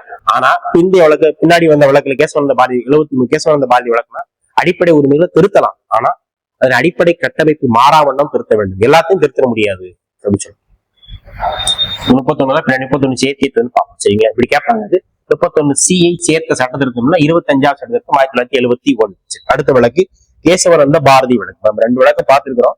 என்ன வழக்கெல்லாம் பார்த்துக்கிறோம்? செண்பகம் துரைராஜன், அப்புறம் மினர்வா மில், கோலக்நாத் வழக்கு. இந்த கேசவன் பாரதி யார் அப்படின்னா இது ஒரு முக்கியமான கேஸ். நிறைய இடத்துல இந்த கேஸ் இந்த கேஸினுடைய தீர்ப்புகள் பகிர்ந்தளிக்கப்படும். கேசவனந்த பாரதி விளக்கு. இந்த பாரதிக்கு எத்தனை வயசு அப்படின்னா 1973 வயசு ஆயிரத்தி ஞாபகம். கேசவனந்த பாரதி விளக்கு எந்த ஆண்டு? 1973 தான். அடிப்படை உரிமைகளை திருத்த முடியும், அடிப்படை கட்டமைப்புகள் மாறாமண்ணும் திருத்தலாம் இந்த விளக்குல சொல்லப்படும். சரிங்களா? 31 இரண்டாவது இந்திய அரசியலுக்கு எதிரானதும் மதிப்பட்டதாகவும் சொல்லப்பட்டதுன்னு முன்னாடி பார்ப்போம். அந்த முதல் விதியும் செல்லுபடியாகவும் சொல்லிச்சு. முதல் விதி என்ன சொல்லுச்சு அப்படின்னு பாத்தீங்கன்னா, அடிப்படை உரிமைகளை திருத்தது எந்த அதிகாரமும் உங்களுக்கு உண்டு அப்படின்னு சொல்லிச்சு. சரிங்க? ஆனா அது அப்படிலாம் கிடையாது. தேவையான 42வது சட்ட திருத்தம் 1976 படி உரிமைகளை 14, 19, 31க்கு முன்னோடியாகவும் ஆதிக்கம் மிகுந்ததாகவும் அரசு வழிகாட்டு நெறிமுறை விளைவு. சிம்பிளா சொல்ல அப்படின்னா 14, 19, 31 இந்த விதி மட்டும் அடிப்படை உரிமைகள் பெருசா அரசு வழிகாட்டு நெறிமுறைகள் பெருசான்னா, இந்த 14, 19, 31 விதி மட்டும் அடிப்படை உரிமைகளை விட அரசு வழிகாட்டு நெறிமுறைகள் பெருசு. அரசு வழிகாட்டு நெறிமுறைகள் பெருசுன்னு சொல்லும். சரிங்க? அப்ப இந்த கேசவனந்த பாரதி அப்படின்னா கேரளால ஒரு சாமியார் ஒரு மடம் வச்சிருப்பார். அவரும் ஏகப்பட்ட இடத்த வச்சிருப்பார். சரிங்களா? இடத்த வச்சுக்கிட்டு இதே மாதிரி நம்ம எப்படி நம்ம கோலக்நாத் வழக்கு பார்த்தோம் அதே மாதிரி தான். சரிங்களா? கேரள அரசாங்கம் ஒரு சட்டத்தை நிறைவேற்றி ஒரு குறிப்பிட்ட இடம் தான் நீங்க வச்சுக்கணும், மத்தெல்லாம் அரசாங்கம் பயன்படுத்திக்கணும். காரணம் என்ன? 39C சொத்துக்கள் ஒரே இடத்தில் இருக்குவதை தடுத்து 14, 19க்கு முன்னோடியாகவும் ஆதிக்க மிகுந்ததாகவும் அரசு வழிகாட்டு நெறிமுறையில் இருக்கு. சிம்பிளா சொல்லணும்னா 14, 19, 31 எங்க வருதோ அங்க 14 எங்க வருதோ அங்க அந்த அடிப்படை உரிமை வெளியே போயிடும். மினர்வா மில் வழக்கு எந்த ஆண்டு பத்தி 1980 ஒருங்கிணைந்த இந்தியா வழக்கு வழக்கு. மேலே கொடுக்கப்பட்டவை அரசியலமைப்புக்கு எதிரானதாகவும் மதிப்பற்றதாகவும் விதிகள் 14, 19 மேல சொன்னது இங்க ரிப்பீட் பண்ணிருப்பாங்க. 14, 19 வழிகாட்டு நெறிமுறையோட வலிமை குறைந்ததாகவும் ஏற்றுக்கொள்ளப்பட்டன. அப்ப சிம்பிளா சொல்லணும்னா அடிப்படை உரிமைகள் பெருசா அரசு வழிகாட்டு நெறிமுறைகள் தற்போது பெருசுனாக்க அடிப்படை உரிமைகள் தான் அதிகாரத்தில் மேலோங்கியது. ஆனால் 2 இடத்தில் ஆர்டிகிள் 14 மற்றும் 19 ஆகிய 2 இடங்கள்ல அடிப்படை உரிமைகளை விட எது பெருசு அப்படின்னு பார்த்தீங்கன்னா அரசு வழிகாட்டு நெறிமுறை. அரசியலமைப்பு என்பது அடிப்படை உரிமைகள் மற்றும் வழிகாட்டு நெறிமுறைகள் ஆகிய இரண்டையும் அடித்தளமாக கொண்டு அமைக்கப்பட்டதாகும். இந்த இரண்டும் சம அந்தஸ்து கொண்டது என்று கூறிய வழக்கு என்னது அப்படின்னு பாத்தீங்கன்னா மினர்வா மில். சிம்பிளான கொஸ்டின். அடிப்படை உரிமைகளும் அரசு வழிகாட்டுகளும் சம அந்தஸ்து என்று கூறிய வழக்கு என்ன அப்படின்னா மினர்வா மில் வழக்கு. புனித தன்மை உடையது அப்படின்னா கோலக்நாத் வழக்கு. சரிங்க? கேசவனந்த பாரதி வழக்கில் அடிப்படை உரிமைகளை திருத்தலாம், ஆனால் அடிப்படை கட்டமைப்பு மாறாமல் திருத்த வேண்டும். கோலக்நாத்ல சொல்லலாம் திருத்த முடியாதுன்னு சொல்லி. சரிங்க? அந்த மாதிரி விஷயங்களை சொல்லி இந்த அரசு வழிகாட்டு நெறிமுறை விஷயங்கள் என்ன சொல்ல முடியும் அப்படின்னா, நீதிமன்றத்தால் நிலைநிறுத்த முடியாது. ஏற்கனவே சொன்னதுதான், நீதி புனர்வாய்ப்பு உட்பட்டது அல்லது நான் ஜஸ்டிபிள். வழிகாட்டு நெறிமுறைகளை செயல்படுத்திட தகுந்த அளவிலான நிதிநிலை நாடு பெற்றிருக்கவில்லை. எதுக்கு சார் இந்த அரசு வழிகாட்டு நெறிமுறை கொண்டு வந்தாங்க? அடிப்படை உரிமையாமே வச்சிருக்கலாம்ல அப்படின்னா, அந்த காலகட்டத்துல இப்ப மகப்பேறு அப்பெல்லாம் எல்லாத்துக்கும் காசு கொடுக்கணும். நம்மகிட்ட அரசாங்கத்து நல்ல அதாவது எல்லா திட்டங்களையும் செயல்படுத்த காசு இல்லை. வடிவில் கூட ஒரு படத்துல சொல்லுவார், பார்த்திபன் போயா அப்படின்னு பஸ்ல ஏற்றி விடுவார். காசு இல்லைங்க அப்படிங்கிற மாதிரி. அதான் இப்ப எல்லா ஸ்கீமும் கொண்டு வரா எங்களுக்கு காசு வரும். எப்பப்ப காசு வருதோ அப்பப்ப அந்த ஸ்கீம்ல கொண்டு வருவோம் அப்படிங்கிற அரசாங்கம் சொல்லுவாங்க. இந்த நெருக்கடியில் பிறந்த புதிய இந்தியா இவற்றை சமாளிக்க வேண்டி இருந்தது. எனவே வழிகாட்டு நெறிகளை செயல்படுத்துவதற்கான கால நேரம் மற்றும் இடம் இவற்றுக்கான உரிமை அரசுக்கு வழங்கப்பட்டுள்ளது. அதனை உடனடியாகவும் கட்டாயமாகவும் செயல்படுத்த வேண்டிய அவசியம் அரசுக்கு இல்லை. சரிங்களா? சூழ்நிலை வரும்போது வச்சுக்கோங்க அப்படின்னு சொல்லு. சரிங்க? அவங்களுக்கு அந்த திட்டங்களை செயல்படுத்தக்கூடிய வாய்ப்பு வசதிகள் இங்க வரும்போது அந்த விஷயங்களை நீங்க பயன்படுத்திக்கணும் அப்படின்னு மறைமுகமாக அதுல சொல்லியிருக்கோம். சரிங்க? பகுதி 4க்கும் வெளியே இருக்கும் அரசு நெறிமுறை கோட்பாடுகள் என்ன சார்? அது மாதிரி அரசு நெறிமுறை வெளியே இருக்குன்னா அரசு வழிகாட்டு நெறிமுறை மாதிரியே விஷயங்களை சொல்லக்கூடிய வேற எந்த இடத்துல இருக்கு. சரிங்களா? தாழ்த்தப்பட்ட மற்றும் பழங்குடியினர் நம்ம ஆர்டிகல் 46ல பார்த்திருக்கோம். சரிங்களா? எஸ்சி எஸ்டி மக்களின் பகுதி 16ல விதி 335 மற்றும் மத்திய மாநில ஆட்சிப்படியில் நினைமன பற்றி சிம்பிளா நீங்க ஒரு அரசு வேலை வாய்ப்பு கொடுக்கும்போது தாழ்த்தப்பட்ட மற்றும் பழங்குடியினர் கணக்கில் வைத்துக் கொண்டு அவங்களுக்கு வேலை வாய்ப்பு கொடுக்கப்பட வேண்டும். சரிங்களா? இது அரசுக்கு வழிகாட்டுற மாதிரி இருக்கும், ஆனா வேற இடத்துல இருக்கு. அதான் அரசு பகுதி 4க்கு வெளியே இருக்கும் அரசு உரிமை கோட்பாடுகள் அப்படின்னு சொல்லி. அடுத்து பாத்தீங்கன்னா பகுதி 17ல இருக்கு 350. பகுதி 17 அப்படின்னு பாத்தீங்கன்னா மொழிகளை பற்றி சொல்லும். 16 அப்படின்னா சில வகுப்புகள் தொடர்பான சிறப்பான சட்ட வகைமுறைகள் அந்த பகுதி சொல்லும். சிம்பிளா பகுதி 16 இடஒதுக்கீடு பற்றி சொல்லும். 17 நம்ம எதை பத்தி சொல்லணும் அப்படின்னா மொழிகளை பத்தி சொல்லும். சரிங்களா? மொழிகள்னா டக்குன்னு 8 போயக்கூடாது. மொழிகளை பற்றி சொல்லக்கூடிய அட்டவணை 8, மொழிகளை பற்றி சொல்லக்கூடிய பகுதி அப்படின்னாக்கா 17. 350A பகுதி 17ல 350 மொழி வாரியாக சிறுபான்மை குழந்தைகளுக்கு அவர்கள் தாய்மொழி கல்வி வழங்குதல் பற்றி குறைந்தபட்ச ஆரம்ப கல்வி. 350A 350 முக்கியமான கொஸ்டின், டிஎன்பிசியோட ஓல்டு கொஸ்டின். சரிங்களா? 350 தாய்மொழி வழி கல்வி எது அப்படின்னா தாய்மொழி வழி கல்வி. சரி, அது என்ன சார் தாய்மொழி வழி கல்வி அப்படின்னா மொழி வாரியாக சிறுபான்மையினருக்கு, மொழி வாரியாக சிறுபான்மையினருக்கு நம்ம தமிழ் பேசுறோம். நான் இங்க என்னுடைய குடும்பம் போய் கேரளா போய் செட்டில் ஆயிடுச்சுன்னா நாங்க அங்க எந்த சிறுபான்மை நாங்க அங்க போய் மொழிவாரி சிறுபான்மையினராக மாறி அங்க தமிழ் பேசுவோம், அவங்க கேரளத்துக்கு மொழிவாரி சிறுபான்மை மாறி. அப்ப என்னுடைய குழந்தைகள் தன்னுடைய தாய்மொழியான தமிழை படிப்பதற்கு அந்த அரசாங்கம் வசதி ஏற்படுத்தி கொடுக்க வேண்டும். சிம்பிளா நல்லா இன்னும் எளிமையாக சொல்றேன், அந்த கருத்து திறமையை சொல்றேன். நான் ஒரு தமிழன், நான் கேரளாவுக்கு என்னோட ஃபேமிலியோட நான் அங்க செட்டில் ஆகிறேன். சரிங்களா? அங்க பாத்தீங்க அப்படின்னா என்னுடைய குழந்தைகள் மலையாளம் தெரியாது. அவங்க ஒரு சில குறைந்தபட்சம் பாத்தீங்கன்னா இந்த அடிப்படை கல்வி 6 to குறைந்தபட்சம் இந்த ஆரம்ப கல்வி 1 to 5 வகுப்பாவது தமிழை படிக்கணும் விருப்பப்படுறோம். அதற்கு எந்த அரசாங்கம் வழிவகை செய்து கொடுக்கணும்? கேரள அரசாங்கம் வழிவகை செய்து கொடுக்கும். அதே மாதிரி தமிழக அரசு கேரளாவில இருந்தோ, கர்நாடகால இருந்தோ, கர்நாடகால இருந்தோ, தெலுங்கு ஆந்திரால இருந்தோ மக்கள் யாராவது வந்தாங்கன்னா அவங்களுக்கும் இங்க செட்டில் ஆகிற குழந்தைகளுக்கும் 1 முதல் 5 வயது வரை 1ஆம் வகுப்பு 5ஆம் ஆரம்ப கல்வியாவது கற்றுக் கொடுத்து வழிவகை செய்யும். ஆரம்ப கல்வி வரை மாநில அரசு வழிவகை செய்யும். தாய்மொழி வழி கல்வி ஓல்டு கொஸ்டின். சரிங்க. அப்புறம் 17 351 இந்தி மொழியை வெளிப்பாட்டு ஊடகமாக மாற்றுவது மத்திய அரசின் கடமையாகும். சிம்பிளா ஹிந்தி மொழியை பரப்போது மத்திய அரசின் கடமை என்று சொல்லக்கூடிய பிரிவு 350 old question, 351 old question, 335 group 4ல இருந்த ஒரு பொறுத்துல இருந்து கொஸ்டின். 3மே டிஎன்பிசியோட ஓல்டு கொஸ்டின். சரிங்களா? பள்ளி பாடப்புத்தகத்தில் இருக்கு. அதன்படி அரசு வழிகாட்டி நெறிமுறைகளை பயன்படுத்தி எந்தெந்த சட்டங்கள்லாம் கொண்டு வந்தாங்க. சரிங்களா? அரசு வழிகாட்டி நெறிமுறைகளை என்ன தேவைப்பட்டா செயல்படுத்திக்கலாம், இல்லைன்னா அரசாங்கம் கண்டிப்பாக செயல்படுத்த வேண்டும் என்று அவசியம் இல்லை. சரிங்களா? அப்ப தேவைக்காக கொண்டு வர சட்டங்கள் குறைந்தபட்ச கூலி சட்டம் இந்த 43. சரிங்களா? அதுல 48 இது எப்படி சார் ஞாபகம் வச்சுக்கலாம்? குறைந்தபட்ச கூலி சட்டம், ஒரு வேலைக்கு போனா தான் 4 8 கிடைக்கும். இது எல்லாத்தையுமே அழகா ஷார்ட்கட் சொல்லும். சரிங்களா? ஷார்ட்கட் எல்லாம் கிடையாது, எளிமையா ஞாபகம் வச்சுக்கலாம். ஒரு வேலைக்கு குறைந்தபட்ச கூலி சட்டம், குறைந்தபட்ச கூலி சட்டம்னா ஒரு வேலைக்கு போனா தான் 4 8 கிடைக்கும். ஊதிய தொகை சட்டம் 1936 சுதந்திரத்துக்கு முன்னாடியே இருக்கும். போனஸ் மிகை ஊதிய சட்டம் 65 ரூபாய். மிகை ஊதியமா எவ்வளவு கொடுக்குறாங்கன்னா ஒரு அவருக்கு 65 ரூபாய் கொடுக்குறாங்க. 1965. ஒப்பந்த ஊழியர் ஒழுங்குமுறை மற்றும் ஒழிப்பு சட்டம் 1970. ஒழிப்பு ஓட விட்டோம் 1970. குழந்தை தொழிலாளர் ஒழிப்பு சட்டம் 1986 கோல்டன் கொஸ்டின். குழந்தை தொழிலாளர் ஒழிப்பு சட்டம் 1986. கொத்தடிமை ஒழிப்பு சட்டம் 1976. இந்திய தொழிற்சங்கங்கள் சட்டம் 26. தொழிற்சாலைகள் சட்டம் 1948. தொழிற்சாலை 1947 தான் நம்ம சுதந்திரம் அடைகிறோம். சுதந்திரம் அடைஞ்சோன்னு ஒரு தொழிலை தொடங்குறோம், அதான் தொழிற்சாலை 48. சுரங்கங்கள் சட்டம் 1952. ஒரு சுரங்கம் தோண்டனாலே 2 பக்கம் ஒரு சுரங்கம் திட்டாப்படுத்து, இங்க இருந்து தோண்டிட்டு வராங்க, அங்க இருந்து ஒரு ஆள் தோண்டிட்டு வராங்க. 2 பேரும் தோண்டதான் சுரங்கம் சீக்கிரம் தோண்டிடும். சுரங்க சட்டம் 1952.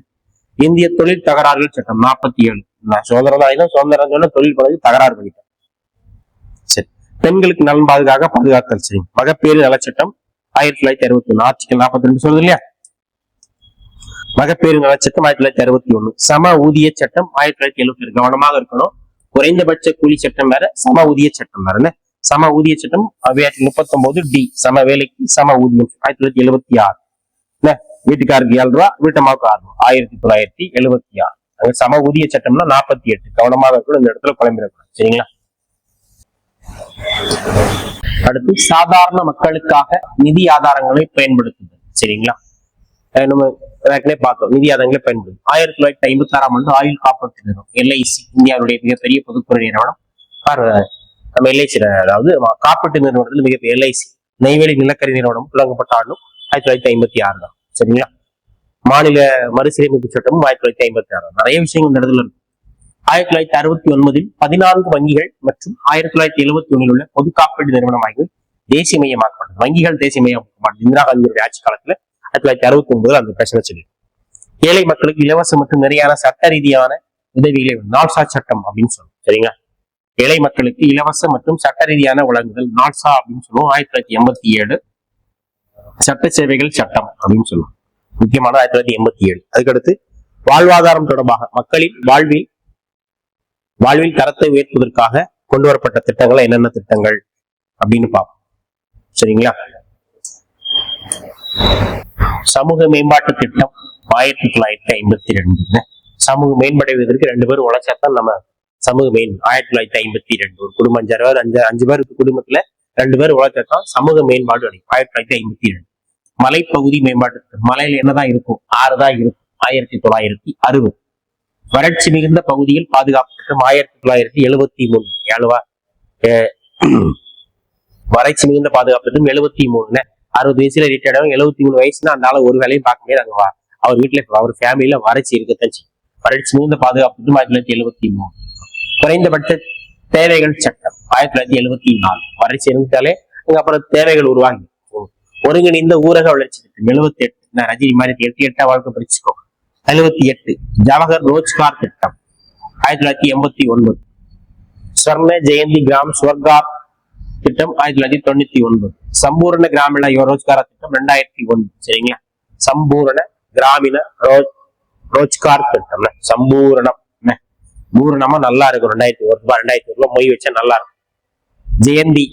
ஜெயந்தி ஃபேன்சி நம்பர் மாதிரி 1999. இந்த குரூப் 4ல கூட அந்த திட்டங்களை கொடுத்து கால வரிசைப்படுத்தி கட்டான். தேசிய ஊரக வேலைவாய்ப்பு மகாத்மா காந்தி வரும் 2006. ஒரு வனவிலங்கு மற்றும் காடுகளை பாதுகாப்பு 48. ஆர்டிகல் 48ல பார்த்தோமா அந்த மாதிரி விஷயங்கள். சரிங்களா? வனவிலங்கு பாதுகாப்பு 1972. ஒரு விலங்கு வெட்டினோம்னா 2 துண்டா தான். 1972.